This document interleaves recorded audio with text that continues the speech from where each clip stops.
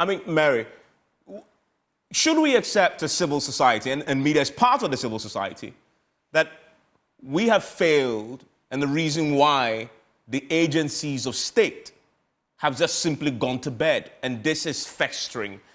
Should we just take the responsibility and blame for this? That we haven't been aggressive enough on this subject?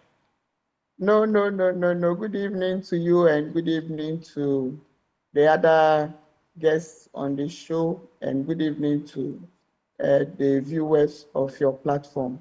I say no, a big no.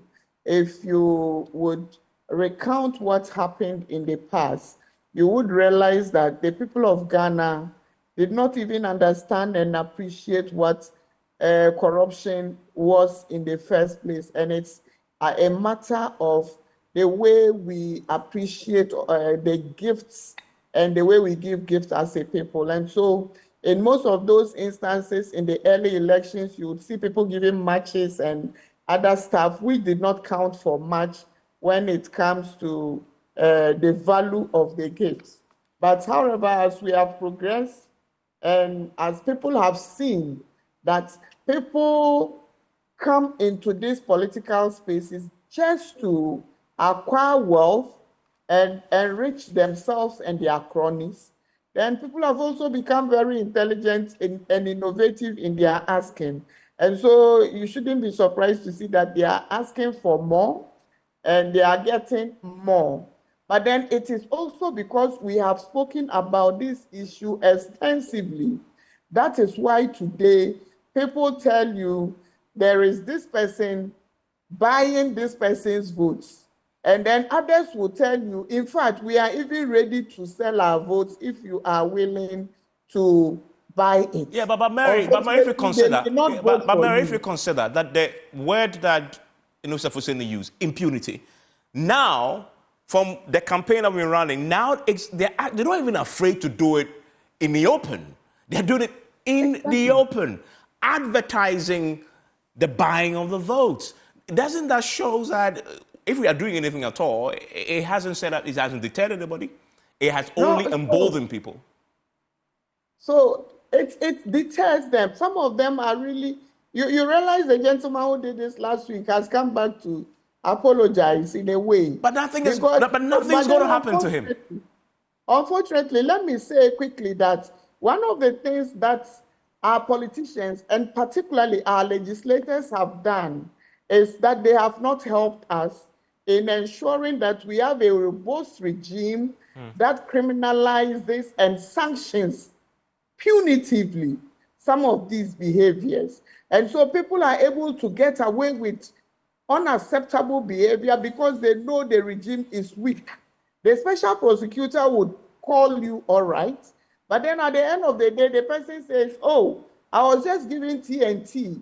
And if you remember the recent party primaries which happened, in fact, candidates actually went into agreement with the parties to do this, legitimizing the issue of vote buying. And that is true if you put it in that context. Very unacceptable behavior, but our legislators, because they benefit from these weaknesses, do not want to enhance our legislation to ensure that we have a punitive regime. Alaji Musa there, he will tell you, they get away with it because the laws are weak. We have the laws, yes, we continue to say so, but these laws are not robust enough to fight the advocacy we are conducting. And we continue to say that our definition of bribery, they say do not bribe an electoral officer. The criminal code says so. So you are not supposed to bribe a juror, and you are not supposed to, the juror is also not supposed to be receiving. However, when it comes to us executing these things, people get away with all kinds of unacceptable behaviors because they have found ways of justifying them. But that does not mean that we should relent. It is because we have spoken to the issue. That is why today, even you and I would have people call you to say that authoritatively, this man is buying votes. And then sometimes they can take those monies and also vote against those people. It is not, we have gone from people swearing and taking oaths to taking the money and still not voting for them. And so they punish them for doing the right thing, the wrong things. So let's see how it goes going forward, because this advocacy, and you mentioned earlier, Alhaji Yunusa has also talked about his being part of the regime that is trying to get a legislation in place to ensure that we curb this.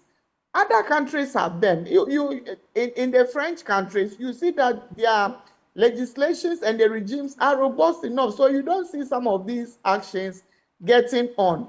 And our politicians have become so bold, they are emboldened. They are doing this with impunity because they know they would have the support of their cronies. And we have managed as well to infiltrate the ranks of the populace. And so many people are seeing it from a partisan perspective. For that matter, if it is blue, there is nothing wrong with it. If I look at, or if I have sympathies for blue, if it is red or green, so far as the person is doing it and it's my party person, I am not going to do anything. And leadership as well sits aloof to allow such behavior to happen.